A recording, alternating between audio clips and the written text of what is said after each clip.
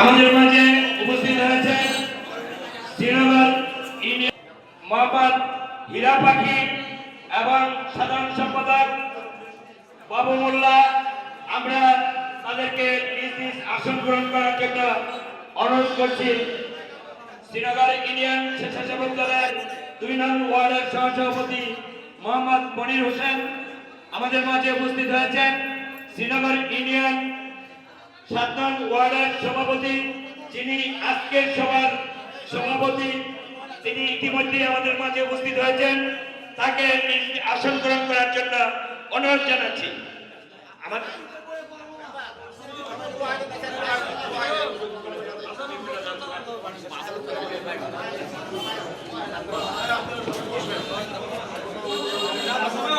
2 নং ওয়ার্ড থেকে যারা এখানে উপস্থিত হয়েছেন তাদেরকে অনুরোধ করে বলে থাকতেছে যে আপনারা যার আসন গ্রহণ করুন।